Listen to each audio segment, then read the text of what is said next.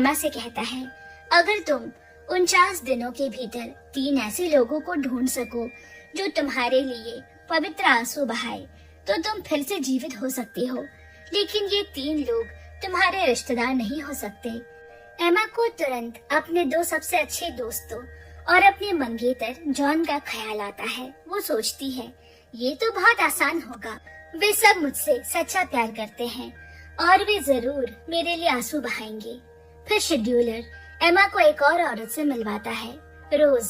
वो कहता है, तुम रोज के शरीर में प्रवेश करो और उसी के शरीर से ये 3 आंसू जुटाओ। रोज दरअसल एक ऐसी औरत है जिसने आत्महत्या की कोशिश की थी क्योंकि वो डिप्रेशन में है। वो बहुत दुखी है और उसके कारण ही एमा की कार दुर्घटना हुई थी। अब किस्मत ने एमा को एक मौका दिया है, जिसने जो किया उसे खुद ही सुधारना होगा। शेड्यूलर एमा को रोज के बारे में सब कुछ बताता है। वो रात के शिफ्ट में काम करती है और दिन में सोती है। तुम उसके सोने के समय उसके शरीर का इस्तेमाल कर सकती हो, लेकिन जैसे ही वो जागे तुम्हें उसका शरीर छोड़ना होगा। और याद रहे, तुम रोज के पैसों का इस्तेमाल नहीं कर सकती। जो भी जरूरत होगी तुम्हें खुद मेहनत करके कमाना होगा, क्योंकि आत्मा मानव वस्तुओं को नहीं छू सकती। वो एक आखिरी शर्त भी बताता है, तुम्हें अपनी असली पहचान किसी को नहीं बतानी है। अब तुम रोज बनकर जियोगी और 3 सच्चे प्यार के आंसू खोजोगी। एमा को ये सब बहुत कठिन लगता है, लेकिन जब उसे याद आता है कि उसके पास अभी भी 49 दिन है, यानी 49 डेज, उसके दोस्त लिली और मंगेतर जैक पास ही रहते हैं, तो उसे फिर से हिम्मत मिलती है। अगली सुबह वो रोज के घर जाती है। रोज रात की नौकरी से लौटकर गहरी नींद में होती है। जब रोज सो जाती है, एमा उसके शरीर में प्रवेश करती है और अपने मंगेतर को खोजने निकल पड़ती है। पर उसे नहीं पता कि वो जल्द ही अपने प्रेमी और अपने सबसे अच्छी दोस्त के छुपे हुए राजों को जानने वाली है। एमा को रोज की जिंदगी बहुत अस्त व्यस्त लगती है। रोज का वजन सिर्फ 45 किलो है और उसके पास ढंग के कपड़े भी नहीं। एमा तो जब जिंदा थी बहुत अमीर थी, लेकिन अब उसे इन बातों से कोई फर्क नहीं पड़ता, क्योंकि अब उसकी जिंदगी सिर्फ 3 सच्चे आंसुओं पर टिकी है। वो सबसे पहले अस्पताल गई, जहाँ उसका असली शरीर अभी भी कोमा में पड़ा है। वहाँ उसके माता पिता और जॉन मौजूद है। वो देखती है कि उसका पिता जॉन पर गुस्सा कर रहा है। तुम घर जाकर कुछ खा लो और कपड़े बदल लो। लेकिन जॉन बहुत उदास नजर आता है। वो कहता है, जब से एमा का एक्सीडेंट हुआ है वह उसके पास से हिल नहीं सकता। ये देखकर एमा का दिल पिघल जाता है। वो सोचती है, जॉन मुझसे कितना प्यार करता है, पर तभी उसे याद आता है कि उसे आंसू चाहिए। जॉन की आंखें नम है, लेकिन एक भी आंसू नहीं गिरता। एमा सोचती है, शायद उसने पहले ही सब आंसू बहा दिए। वो उसके लिए दुख महसूस करती है, पर ये तो बस शुरुआत है, 49 दिनों की परीक्षा की शुरुआत। अब अस्पताल में एमा अपने शरीर को देख रही है कि तभी एक नर्स अचानक उसके पास आती है। पूछती है, तुम यहाँ क्या कर रही हो? एमा घबरा गई। वो अपनी असली पहचान तो नहीं बता सकती। वो जल्दी से कहती है, माफ कीजिए, मैं शायद गलती से यहाँ आ गई, और वहाँ से निकल जाती है। अब वो पहुँचती है माइक के रेस्टोरेंट में। वो बहुत भूखी होती है, इसीलिए एक बड़ा बाउल पास्ता मंगवाती है और सब खा जाती है। लेकिन जब बिल देने का समय आया, तब उसे याद आता है उसके पास तो एक भी पैसे नहीं। वो माइक को अपनी असली पहचान नहीं बता सकती। रेस्टोरेंट के कर्मचारी समझते हैं कि ये औरत बिना पैसे भागने की कोशिश कर रही है। एमा सोचती है, मेरे पास तो अभी 49 दिन है, अगर जीना है तो खुद पैसे कमाने होंगे। वो माइक से कहती है, क्या मैं यहाँ काम कर सकती हूँ? माइक कहता है, तुम्हारे पास वर्क सर्टिफिकेट और प्रोफेशनल लाइसेंस होना चाहिए। एमा को याद आता है, रोज जिसके शरीर में वो रह रही है, पहले एक बड़े होटल में काम करती थी। वो सोचती है, अगर मैं वहाँ से सर्टिफिकेट ले आऊँ तो काम मिल जाएगा। वो जल्दी जल्दी होटल पहुँचती है, लेकिन वहाँ के कर्मचारी सब एना को पहचानते हैं, क्योंकि जब वो जिंदा थी उसी होटल की मालिक की बेटी थी। किसी तरह वो सर्टिफिकेट लेकर बाहर निकलने लगती है। तभी वो देखती है कि उसका मंगेतर जॉन वही होटल में है। एमा का दिल धड़कने लगता है। वो उसके पीछे दौड़ती है। जॉन गेस्ट रूम की तरफ लिफ्ट में चढ़ता है। और उसी वक्त एमा देखती है कि उसकी सबसे अच्छी दोस्त शिन योंग भी वहाँ पहुँचती है। एमा का मन डूब जाता है। वो महसूस करती है कि कुछ बहुत गलत है। इन योंग लिफ्ट में जाती है तो एमा भी उसके पीछे चली जाती है। इन योंग एक कमरे के सामने जाकर डोरबेल बजाती है और दरवाजा खोलता है जॉन। जॉन तुरंत इन योंग को खींचकर कमरे के अंदर ले जाता है। एमा की आंखों के सामने अंधेरा छा गया। उसे लगा जैसे उसका पूरा संसार टूटकर बिखर गया। वो सोचती है, क्या मैंने सच में ये देखा या क्या ये कोई भ्रम है? उसी वक्त एक पुरानी याद बिजली की तरह दिमाग में चमकती है। वो दिन याद आता है, उसके एक्सीडेंट से ठीक पहले का दिन। उसकी गाड़ी ट्रैफिक पर रुकी थी और सामने सड़क के उस पार उसने जॉन और इन योंग को साथ देखा। वो उन्हें फोन मिलाने ही वाली थी, लेकिन तभी उसने देखा जॉन इन योंग के हाथों को पकड़े हुए है। वो सोचती है कि शायद उसने गलत देखा, लेकिन तभी इन योंग जॉन की बाहों में झुक जाती है। उस पल एमा के दिल में शक का बीज बोया जा चुका था, पर वो उसे अनदेखा करती है और उसे ध्यान भटकने के कारण उसका कार एक्सीडेंट हो जाता है। अब सब कुछ याद आते ही एमा जमीन पर गिर जाती है। उसकी सांसें तेज चलने लगती है। वो धीरे धीरे उठती है और उस कमरे के बाहर पहुंचती है जहां से जॉन और इन योंग की बातें सुनाई दे रही है। उनकी बातों से उसे पता चलता है जॉन से उसकी मुलाकात कोई संजोग नहीं, बल्कि एक साजिश थी। सब कुछ इन योंग और जॉन ने मिलकर प्लान किया था। उन्होंने एमा को जॉन से प्यार करने के लिए मजबूर किया। उन्होंने एक नकली रेस्क्यू प्लान बनाया। इन योंग ने एमा से कहा था, चलो हाइकिंग पर चलते हैं, लेकिन वो चुपचाप उनका पीछा कर रहा था।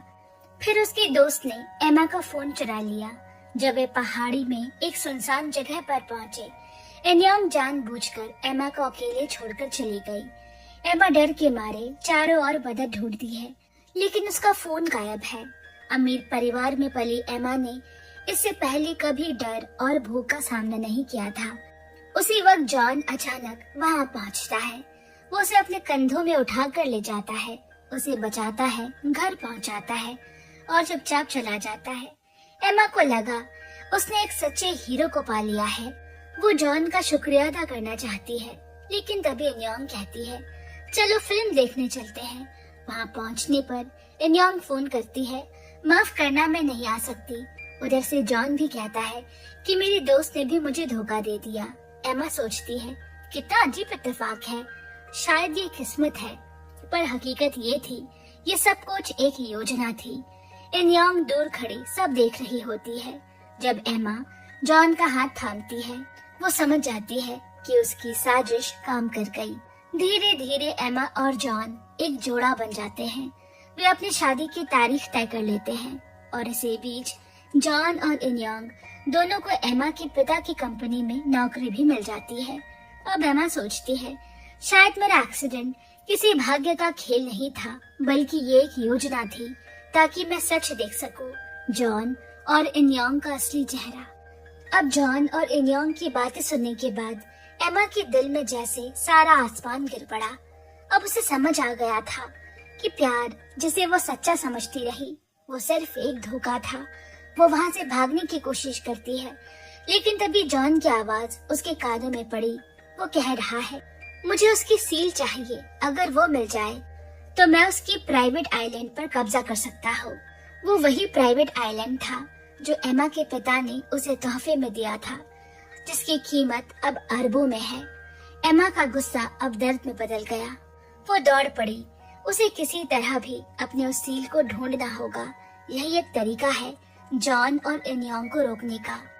वो अपना फोन निकालकर शेड्यूलर को कॉल करती है, लेकिन शेड्यूलर उस वक्त मजे कर रहा होता है। उसका कॉल सुनकर वो थोड़ा झुंझलाहट से जवाब देता है। वो कहता है, मुझे सब पता है एमा, ये सब किस्मत है, तुम्हें खुद ही इसका सामना करना होगा। एमा रोती है, पर अब उसके पास कोई रास्ता नहीं।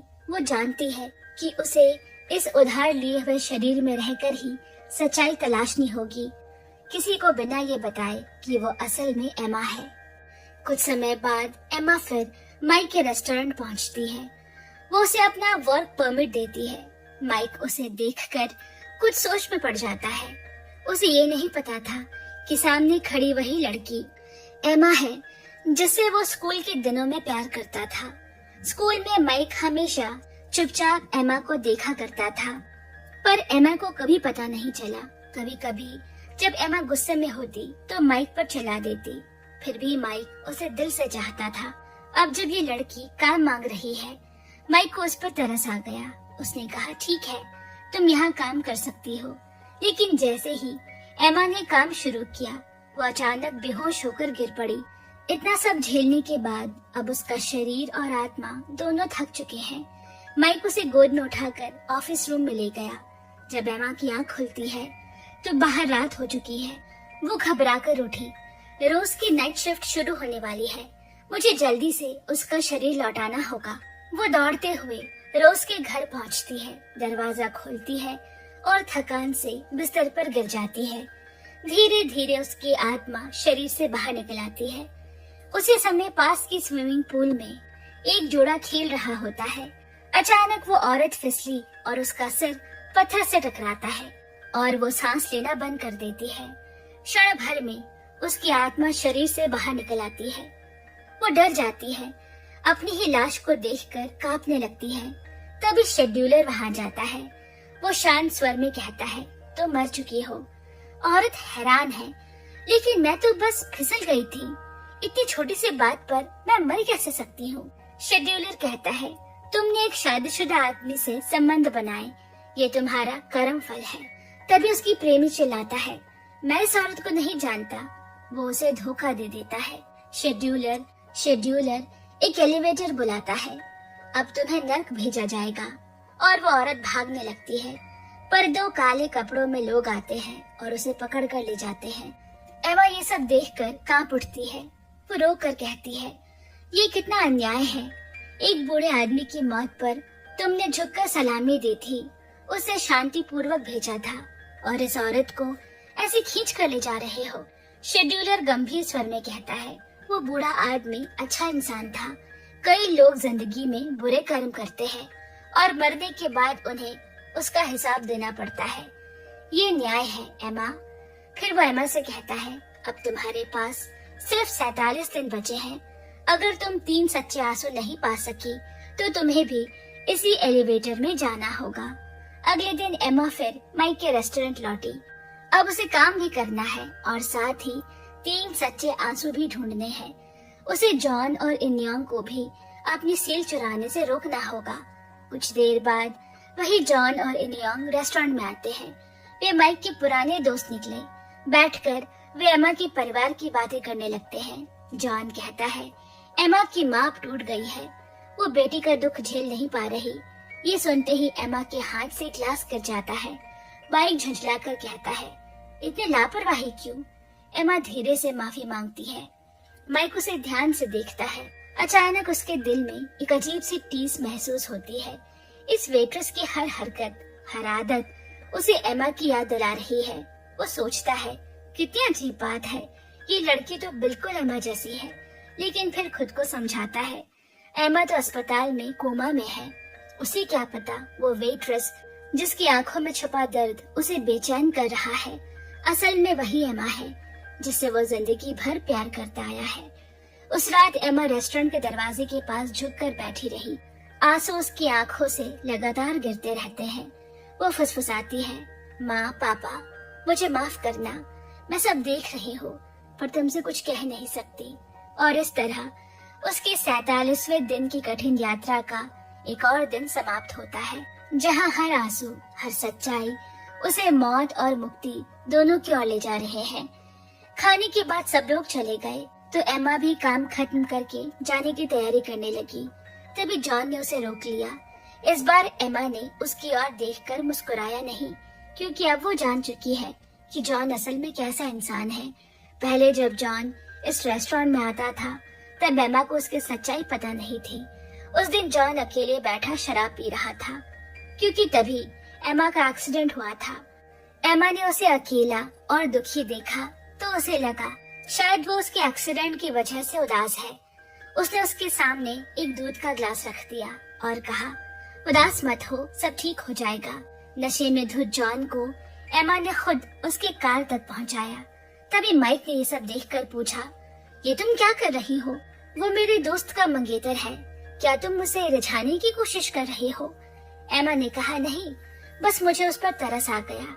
अब जब एमा को इन बातों को याद करती है तो उसे अपनी मासूमियत पर अफसोस होता है।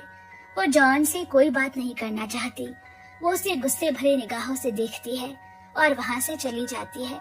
जॉन उस अजनबी औरत को देखता है तो उसके भीतर एक अजीब सी इच्छा जागती है उसे पाने की, क्योंकि पहले एमा हमेशा उसके साथ अच्छा व्यवहार करती थी और अब वो अचानक बदल गई है।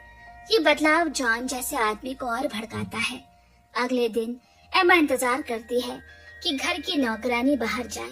जैसे ही वो निकली, एमा चुपके से घर के अंदर घुसती है। उसका इरादा है अपने सील को वापस लेना ताकि जॉन और इनियोंग की साजिश को रोका जा सके। वो अपने पुराने कमरे में गई, पर चाहे जितनी कोशिश करे उसे वो सील नहीं मिलती। तभी अचानक दरवाजे की डोरबेल बजती है। एमा खिड़की से झांकती है और देखती है कि जॉन आ गया है। जॉन नीचे खड़ा उसकी माँ से कहता है वो एमा की कुछ पसंदीदा चीजें लेने आया है ताकि उन्हें अस्पताल के कमरे में रख सके। शायद इससे एमा जल्दी ठीक हो जाए। उसकी माँ उसे ऊपर जाने देती है। एमा घबरा गई। जॉन अब किसी भी पल कमरे में पहुंचने वाला होगा। वो हर जगह तलाश करती है पर सील नहीं मिलती। तभी दरवाजा खुलता है। जॉन अंदर आया पर कमरा खाली है। एमा पहले ही बालकनी से नीचे कूदकर भाग चुकी है। जॉन बहुत देर तक कमरे में ढूंढता रहा पर उसे कुछ नहीं मिलता। वो कुछ खिलौने उठाता है और चला जाता है, क्योंकि एमा को उन खिलौनों में से एक में अपनी सील मिल चुकी थी। वो उसे निकालती है और गहरी सांस लेती है। अब उसके पास सील है, इसका मतलब जॉन और इनियोंग उसका पैसा नहीं छीन सकते। वह बहुत खुश है और उस सील को माइक के घर में एक फूल के गमले में छिपा देती है। अब उसके पास सिर्फ 42 दिन बचे हैं। इतने में उसे 3 ऐसे लोगों को ढूंढना है जो सच्चे मन से उसे प्यार करते हो और जिनके आंसू बिल्कुल पवित्र हो। अगर ऐसा ना हुआ तो एमा हमेशा के लिए मर जाएगी। रात होने पर वो रोज का शरीर लौटाने के लिए घर वापस जाने लगी। तभी एक बूढ़ी औरत यानी मकान मालकिन उसे रोकती है और कहती है रोज किराया दो। एमा डर गई और जल्दी से अपने कमरे में भाग जाती है। वो बिस्तर पर लेटते ही रोज अपने शरीर में लौट आती है। कुछ ही देर में मकान मालकिन दरवाजा खटखटाती है। रोज आवाज से जाग गई और दरवाजा खोलती है। क्या बात है? वो पूछती है। मकान मालकिन ने कहा, अभी तुम भागी क्यों? किराया देना इतना मुश्किल है क्या? रोज हैरान होकर पूछती है। मैं तो सो रही थी, शायद आपने किसी और को देखा होगा। और वो जाकर उनके पैसे दे देती है। फिर वो अपने बालों को छूती है। बाल मुलायम लग रहे हैं, जबकि उसने तो 1 महीने से सर नहीं धोया। आईने में देखती है, उसकी त्वचा भी निखरी लगती है। उसे लगता है जैसे वो पागल हो रही है। अब वो खुद को एक चलते फिरते मरे हुए इंसान की तरह महसूस करती है। आत्महत्या की असफल कोशिशें, किसी के एक्सीडेंट की वजह बनना, दिन में सोना, रात में काम करना, यही उसकी जिंदगी रह गई है। दुनिया से उसका कोई रिश्ता नहीं बचा। पर एमा ये सब देखकर थोड़ा सुकून महसूस करती है, क्योंकि रोज को अभी तक कुछ नहीं पता चला। अगला दिन शुरू होता है। एमा एक बार फिर रोज के शरीर में प्रवेश करती है। सुबह होते ही वो माइक के रेस्टोरेंट में काम पर जाती है। उस दिन एक ग्राहक अपनी छोटी सी बच्ची के साथ आई है, लेकिन बच्चा लगातार रोए जा रहा है। माँ उसे चुप कराने की बहुत कोशिश करती है, पर कोई असर नहीं होता। तभी एमा मुस्कुराकर बच्चे के पास जाती है और एक कागज का टुकड़ा निकालती है। कहती है, देखो, मैं तुम्हें एक जादू दिखाती हूँ। वो कागज को फाड़कर कई टुकड़ों में बदल देती है। फिर उन टुकड़ों को मसल कर एक गोला बना देती है। बच्चे की उत्सुक निगाहें उस पर टिकी रहती है। एमा वो कागज का गोला बच्चे के हाथ में देती है और बच्चा उससे खेलता है। कागज फिर एकदम सही सलामत हो जाता है। बच्चा मुस्कुरा उठता है और रेस्टोरेंट में शांति फैल जाती है। माइक ये सब देख रहा है और अचानक उसके मन में पुराने दिनों की यादें उमड़ आती है। जब वो और एमा स्कूल में थे, तब एमा ने यही जादू का खेल उसे दिखाया था। उसका दिल धड़क उठता है। वो उस वेट्रेस को गौर से देखता है और जितना अधिक देखता उतना उसे लगता कि ये तो बिल्कुल अम्मा जैसी है। बाद में माइक पूछता है, तुम्हें ये जादू किसने सिखाया? एमा झूठ बोलती है, एक दोस्त ने सिखाया था, पर उसके भीतर पुरानी यादें और दर्द दोनों उमड़ रहे हैं। फिर एमा ने कैमरा उठाया। उसके मन में एक योजना है। उसे उन 3 सच्चे लोगों के आंसू ढूंढने हैं जो दिल से उसे सच्चा प्यार करते हो। वो अपनी पुरानी सहेलियों और स्कूल के दोस्तों से मिलने जाती है। वो खुद को एमा की दोस्त बताती है और कहती है, मैं एमा की यादों पर एक वीडियो बना रही हूँ। वो अभी कोमा में है। अगर आप सब उसे अपने अनुभव बताएं तो शायद उसे होश आ जाए। एमा को लगा यह खबर सुनकर उसके दोस्त जरूर रो पड़ेंगे, पर ऐसा कुछ नहीं होता। वे सब बस हंसते हैं, उसके बारे में गॉसिप करते हैं। क्या सच में एमा ने अपने बॉयफ्रेंड से ब्रेकअप कर लिया? सुना है उसका बॉयफ्रेंड बहुत हैंडसम था। एमा के दिल में आग जल उठती है। उसे एहसास होता है कि इंसान का दिल कितना बदल जाता है। जो कभी अपने थे वे भी अब सिर्फ तमाशा देखना चाहते हैं। दुनिया में सच्चे लोग बहुत कम होते हैं। उधर जॉन हर दिन अस्पताल में एमा के पास आता है, जैसे वो बहुत फिक्रमंद हो। एमा का पिता उसे देखकर भावुक हो जाता है। उसे लगता है जॉन वाकई मेरी बेटी से सच्चा प्यार करता है। पिता को ब्रेन ट्यूमर है। अगर ऑपरेशन करवाया तो सिर्फ 3% संभावना है कि वो बच पाएंगे। इसीलिए वो तय करते हैं कि मरने से पहले अपनी सारी संपत्ति जॉन के नाम कर देंगे। ये सुनकर एमा घबरा जाती है। उसे पता है जॉन का प्यार तो नकली है, वो तो सिर्फ उनके पैसों के लिए आया है। वो तुरंत शेड्यूलर को बुलाती है और कहती है, क्या कोई तरीका नहीं जिससे मैं अपने पापा को सच्चाई बता सकूं? शेड्यूलर कहता है, अगर तुम इंसानी मामलों में दखल दोगी तो तुम्हारा दोबारा जीने का मौका खत्म हो जाएगा। अब उसके पास सिर्फ 37 दिन बचे हैं। अगर इस समय के भीतर 3 लोग उसके लिए सच्चे आंसू नहीं बहाएंगे तो वो हमेशा के लिए मिट जाएगी। पर एमा ठान लेती है, चाहे मैं मर भी जाऊं पर अपने पापा को सच बताऊंगी। मैं जॉन और इनियोंग की चाल को कभी सफल होने नहीं दूंगी। उसके दर्द को देखकर शेड्यूलर का मन पिघल गया। उसने कहा, तुम अपनी आत्मा का इस्तेमाल कर सकती हो, अपने पिता को चेतावनी दो। एमा की आत्मा तुरंत उड़कर अपने पिता के ऑफिस पहुंचती है। वहां उसके पापा एक वकील के साथ बैठे हैं, अपनी वसीयत पर हस्ताक्षर करने के लिए। एमा चीखती है, पापा रुक जाइए, पर वो सुन नहीं पाते, देख नहीं पाते।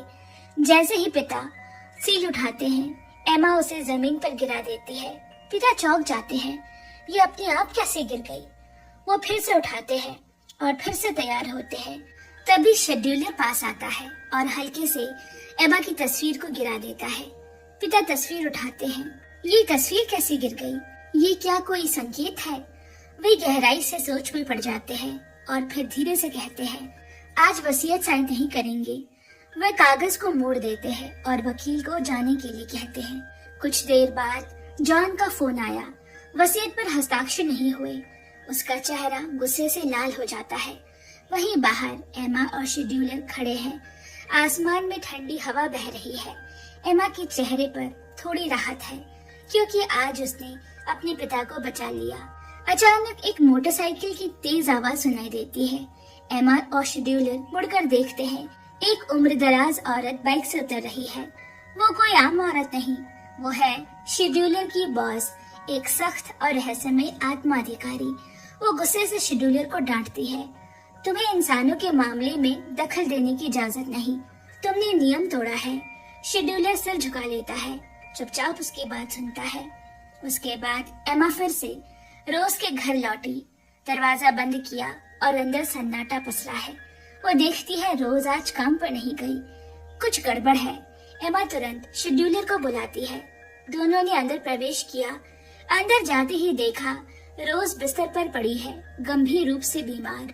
उसका चेहरा पीला है और सांसें भारी। शेड्यूलर कहता है, तुम्हें फिर से उसका शरीर लेना होगा। एमा तुरंत रोज के शरीर में प्रवेश करती है और रोज के शरीर को उठाकर अस्पताल ले जाती है। इलाज के बाद डॉक्टर उसे कुछ दवाइयाँ देते हैं। अब एमा रोज का शरीर लेकर बाहर निकलती है। बस का इंतजार कर रही है। तभी पीछे से एक गाड़ी आकर रुकी। वो जॉन है। वो मुस्कुराते हुए कहता है, तुम ठीक नहीं लग रही, मैं छोड़ देता हूँ। एमा ठंडे स्वर में कहती है, मुझे तुम्हारी मदद नहीं चाहिए, दूर रहो। लेकिन जितना एमा उसे दूर करती, उतना ही जॉन के भीतर उसे पाने की घिनौनी चाह और बढ़ती जाती। वो जबरदस्ती एमा को कार में बिठा लेता है और माइक के रेस्टोरेंट की ओर चला जाता है। माइक ये देखकर हैरान और गुस्से से भर उठता है। जॉन, तुम ये क्या कर रहे हो? एमा तो अस्पताल में है और तुम यहाँ किसी औरत के साथ। उन दोनों में बहस होने लगती है। लगभग हाथापाई की नौबत आ गई। फिर माइक एमा को बुलाता है और सख्ती से कहता है, तुम्हें अब यहाँ से जाना होगा। मैं तुम्हें कुछ पैसे दे रहा हूँ। अब तुम यहाँ काम नहीं करोगी। किसी और के मंगेतर के साथ इस तरह रहना ठीक नहीं। एमा चुपचाप उसकी तरफ देखती है। वो जानती है माइक उसका भला ही सोच रहा है, लेकिन वो सच्चाई बता नहीं सकती कि वो खुद एमा ही है। धीरे से कहती है, अगर एमा को पता चलता तो वो तुम्हारा शुक्रिया अदा जरूर करती। माइक हैरान रह जाता है। उसे लगता है ये औरत बहुत अजीब है, कभी कठोर और कभी बेहद कोमल। एमा पैसे नहीं लेती। वो सीधे बाहर निकल जाती है। बाहर जॉन इंतजार कर रहा है। वो कहता है, मेरे घर में एक नौकरानी की जरूरत है, तुम आकर काम कर लो। एमा तुरंत मान जाती है, क्योंकि यही मौका है जिससे वो जॉन और अन्योंग को रोक सके। अगर वो उनके घर में रहेगी तो उनके हर कदम पर नजर रख सकेगी। लेकिन उसी रात रोज के शरीर में कुछ अजीब होता है। रोज आत्महत्या करने की कोशिश करती है। एमा डर के मारे कांप उठती है। वो तुरंत शेड्यूलर को बुलाती है। अगर ये औरत मर गई तो मैं कभी दोबारा नहीं जी पाऊंगी। रोज ने छत के झूमर से रस्सी बांधी है। वो कुर्सी पर चढ़ती है और गले में फंदा डालने ही वाली होती है कि दरवाजे पर कोई जोर जोर से दस्तक देने लगता है। दरवाजा खोलो वरना मैं तोड़ दूंगा। रोज घबरा जाती है। आखिरकार वो दरवाजा खोलती है। बाहर वही आदमी खड़ा है जिसने पहले उसकी जान बचाई थी। उसके हाथ में एक मुरझाया हुआ गुलाब है। वो मुस्कुराते हुए कहता है, ये तुम्हारा फूल है। जब तुम मरना चाहती थी वो फूल रोज के हाथ में रखकर चला जाता है। रोज देर तक उस फूल को देखती रहती है। फिर उसकी नजर उस रस्सी पर पड़ी। उसी पल उसने फैसला किया, अब वो खुद को नहीं मारेगी। एमा एक कोने से ये सब देखती है। उसकी आंखों में आंसू है। वो जानती है रोज भी उसी की तरह टूटी हुई है, जिंदगी से हारी हुई, पर अंदर से जिंदा रहने की कोशिश करती हुई। दोनों औरतें, एक के शरीर में दो आत्माएं। वो बस चुपचाप बैठी रहती है उसी किराए के छोटे से कमरे में, 2 दिन तक बिना कुछ बोले, बिना कुछ बदले, बस अपने दर्द के साथ। एक दिन आखिरकार रोज ने 2 दिनों के बाद एक कटोरा इंस्टेंट नूडल खाया और फिर थक कर सो गई। उसकी नौकरी छूट चुकी है और अब वो हर दिन अपने किराए के छोटे से कमरे में यूं ही बैठी रहती है। एमा अब उसके शरीर में प्रवेश नहीं कर पा रही, जिससे वो बहुत परेशान है। उसके पास अब सिर्फ 34 दिन बचे हैं। अगर इस समय के भीतर वो सच्चे आंसू नहीं ढूंढ पाई तो वो हमेशा के लिए मर जाएगी।